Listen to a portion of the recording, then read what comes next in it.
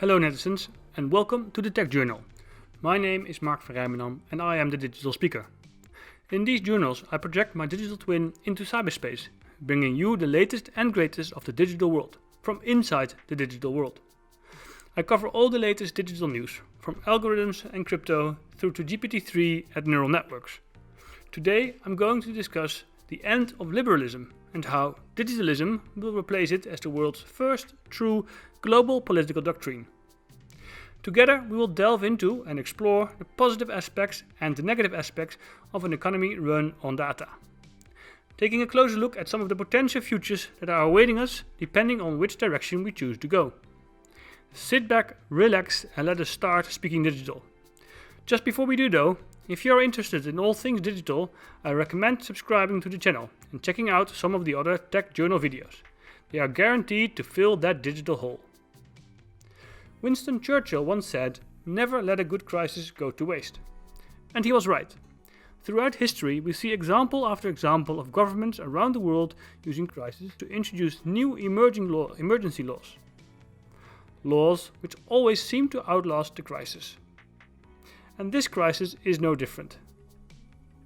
We've seen Hungary introducing an emergency law, allowing Prime Minister Viktor Orbán to rule by decree without term limits, essentially claiming a blank check to stay in power for as long as he sees fit. We see China using COVID as a justification to ramp up their already tight surveillance measures. Chinese citizens are now required to scan a QR code when entering a workplace or any public space, and to register their names, ID numbers and temperatures. This enables the Chinese authorities to track their citizens' precise movements. Even George Orwell himself couldn't have imagined this. The characters in his novel 1984 were at least able to walk around the city without being tracked. We've also seen the European Commission and the US government following China's lead, introducing telecom and geolocation data tracking. Despite its good intention, the question is, what happens if, after the crisis, the EU and US continue to use these privacy-breaching surveillance tools? We all know the saying, the road to hell is paved with good intentions. These measures all have one central theme in common: digitalism. Over the past 100 years, we have seen various forms of social organizations and political philosophies rise and fall. First, ultranationalism, which saw its collapse after World War II. Then communism, more accurately state capitalism or Stalinism, collapsed in the Western world with the fall of the Berlin Wall.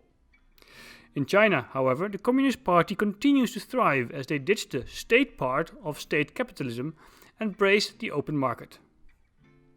While in the Western world liberalism has flourished in the past decades, it seems that this global story of social organization is reaching its expiry date. Yuval Noah Harari predicted that the rise of big data and artificial intelligence could mark the end of liberalism and liberal democracy. According to Harari, the international rule-based system is collapsing, and we are on the lookout for a new post-liberal order. Driven by emerging technologies that are drastically changing our lives, the current crisis seems the perfect catalyst for digitalism to impose itself as the world's new political philosophy. The rise of digitalism may well mark the end of liberalism. Recently, many of liberalism's core principles like free competition and self-regulating markets are losing its dominance. Due to the ever-increasing hunger for data, corporations consistently and deliberately breach consumers' rights, trust, privacy and freedom as governments fail to control them. Ever-intelligent AI combined with constant data harvesting means we are sleepwalking into a surveillance society. Governments around the world from every ideological sphere are starting to recognize the power of digitalization. Depending on the country, this results in either a reduction of rights, protections and digital freedom, or empowered and free citizens. In the same way that many governments are failing to protect their citizens, many, if not almost all companies, are harvesting consumer data and are failing to protect their, or should I say, our data. At the same time, the list of data breaches is endless, and businesses are expected to lose their up to $5 trillion to cybercrime by 2024. As a result, the consumers' rights, privacy and safety are rapidly diminishing. To make matters worse, recommendation algorithms are also limiting our freedom. These algorithms are designed to show you content based on your data, and as such only make recommendations that match your profile. The result is a dangerous feedback loop, essentially limiting your freedoms without you even knowing it. These algorithms are not made to serve the individual, but their creator. Their objective? Simple. Your time is worth money for commercial organizations. These recommendation engines are toxic, but they are everywhere. Even in governments, as politicians increasingly lean on them to make decisions. Finally, the tech titans of the West, Google, Apple, Facebook, Amazon and Microsoft, and the digital Goliaths of the East, Baidu, Alibaba and Tencent, are staging an all-out war on free competition by acquiring every potential showing startup and company that they can get their hands on, creating monopolies of tech giants ruling our world and our data. The smaller startups and company founders love it, because they get a fat paycheck. But in the bigger picture, the competition has been culled and the free market is left to die. The ideal solution would be to break up these monopolies. But due to their sheer size and their enormous lobbying power, this seems like a pipe dream. So, back to the subject. Digitalism. Since the exponential growth of the internet and data harvesting, a new story has been developing. A story which I define as digitalism. It will be the first true global political doctrine. It is already encouraged and accepted by most governments and companies, and increasingly feared by most citizens. This is a development that no citizen really wants because of its privacy impact, but no citizen can stop. While we can't stop it, we might be able to limit its effects, but it would require an organized collective effort by the people. The story of digitalism paints a future where governments, companies and citizens battle for data. A future where data is gold and citizens are the mine. A future where data becomes the most precious commodity in society. Digitalism can be a powerful tool for totalitarian regimes, both governmental and commercial, to limit the freedom of its citizens. But it can also act as a source of liberation to protect the privacy of the people. Inevitably, machines and AI will increasingly play a bigger role, a more important role in society, forcing humans to adapt and digitally enhance themselves. What will start as an augmented human-to-machine collaboration will quickly result in machine-to-machine collaboration across all levels of society, significantly limiting the number of available jobs. The current new normal, working from home, is already opening the door to digitalism. Companies are always looking for ways to increase productivity and reduce costs to increase profit. Robots are the answer. Robots do not get sick, do not talk back, do not have rights, don't make mistakes, they produce 24 hours a day, 7 days a week, and do not require union-mandated breaks. In fact, they do not even have unions. They are the perfect answer to late-stage capitalism in every domain. A few years back, I wrote about how, in the imagination age, an age dominated by AI, creativity will be the only thing left to do for humans. Now, a few years later, I am no longer convinced. AI has advanced so dramatically that I now doubt creativity will remain solely a human endeavor. There are already stories of machines writing books, making music or painting pictures, or writing an opinion piece for The Guardian. With computing power still increasing and quantum computing on the horizon, AI is likely to engulf and redefine creativity as such. This leads us to a future where machines dominate the menial, scientific and creative spheres. A future where the masses are forced to find new meaning and redefine their purpose in life. A future where remote workers might just find that they no longer have jobs to return to. Where the top of the economic pyramid has grown ever narrower. An ever smaller group of elites reap the benefits of this newly automated world. So, how will unconstrained digitalism actually disrupt society as we know them? First, we will see more dark factories. Dark factories are factories that are equipped with fully automated systems. These factories will rely on robots and a skeleton human crew, limiting the need for lights, and the pandemic has seen an increase in such factories, especially in China. While these factories will be expensive to build, Once operational, they will reap huge financial returns for the elite owning these plans. Second, hackers and security professionals will turn to AI. Autonomous artificial hackers will result in machines fighting against machines. This digital battle will be at unbelievable speeds, trying to steal and protect valuable data at the speed of light.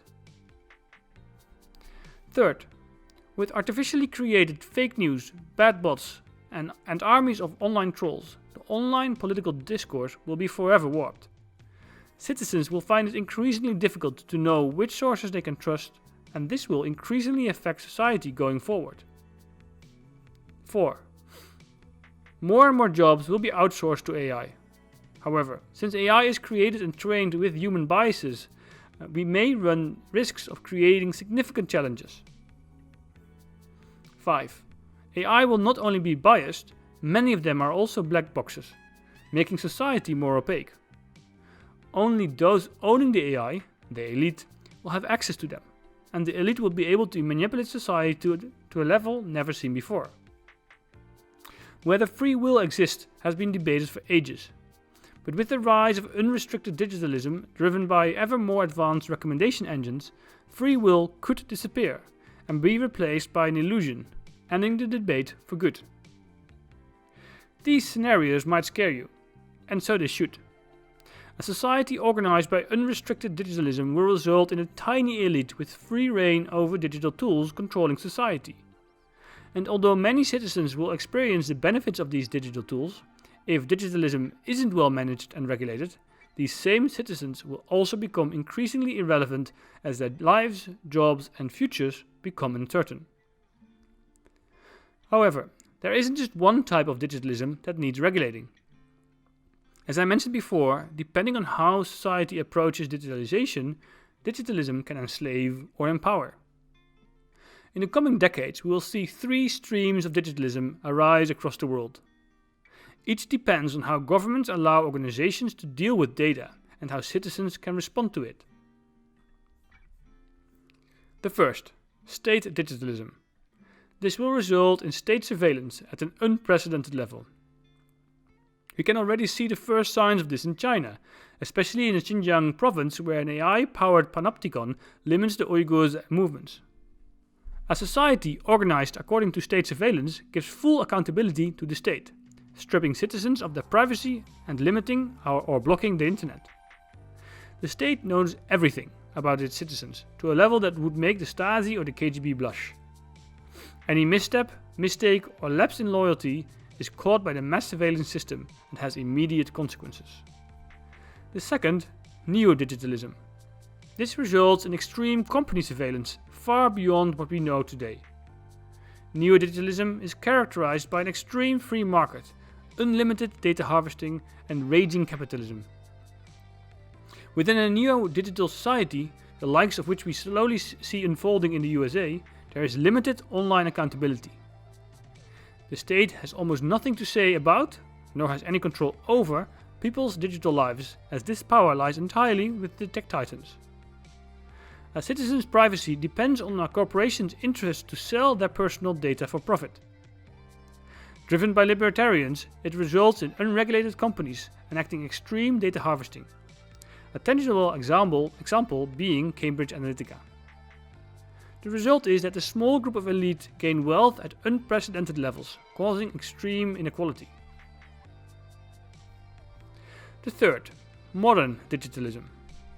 This would be the best option for citizens as it combines the advantages of digital tools with strict privacy and security regulations. Modern digitalism means citizen empowerment, giving citizens more or even all control over their data. Here, a self-sovereign identity and decentralized networks are the way forward. This allows citizens to track and control their data by defining who they want to expose their data to and under which terms. Online anonymous accountability will become the norm, securing citizens' privacy and encouraging real-world ethics in the online sphere. For example, the EU is already working on ethical AI guidelines, and the GDPR framework offers powerful protection for EU citizens' privacy. To conclude, it is pretty safe to say the future belongs to digitalism, one way or the other. Digitalism will replace liberalism as the leading doctrine in the next few decades. If you live in a country governed by either state digitalism or neo-digitalism, it is not something to look forward to. But digitalism done right can help us solve some of today's pressing issues. After all, technology is, in essence, neutral. What can be used for creating AI hackers or fake news can in reverse also be used to combat these. If digitalism is constrained, its adverse effects can be limited or banned positively. Regulating and fighting the monopolies of today, breaking them up and preventing them from becoming the new world dictators will be crucial going forward. For instance, blockchain can empower citizens to own their own data and adopt a self-sovereign identity to remain in control at all times. We can restore trust in online media using open source AI and the crowd to hold the media accountable, which would help in our fight against global problems. We can also use digitalism to democratize the fight against climate change, polarization, poverty, and create an equal, inclusive and free society. We can empower citizens and give them control over recommendation engines so that users are not pulled into a rabbit hole every time they open YouTube. In democratic countries, citizens already have the right to fight the algorithms. We recently saw an example of this in the Netherlands, where a governmental algorithm was taken to court and lost. This landmark case ruled that using people's data without consent violates their human rights. Even better, Amsterdam and Helsinki recently launched algorithm registries to bring transparency to public deployments of AI. And while the rise of digitalism is unstoppable, as citizens we still stand a chance to build a society for us, for the citizens, and not for corporations or the state. We cannot kid ourselves though. It will require hard work, dedication, and need the involvement of all stakeholders, but it is certainly worth the effort. Let us use digitalism to our advantage, and let us do this collectively. And on that note, if you're still watching, please leave a like, subscribe to the channel and click that bell. My name is Rijmenam and I am the Digital Speaker. What do you think about digitalism? How do you think we can control state or neo-digitalism? And how can we empower citizens using modern digitalism? Please leave a comment below. I will reply to as many as I can. See you next time for your digital download. Stay digital.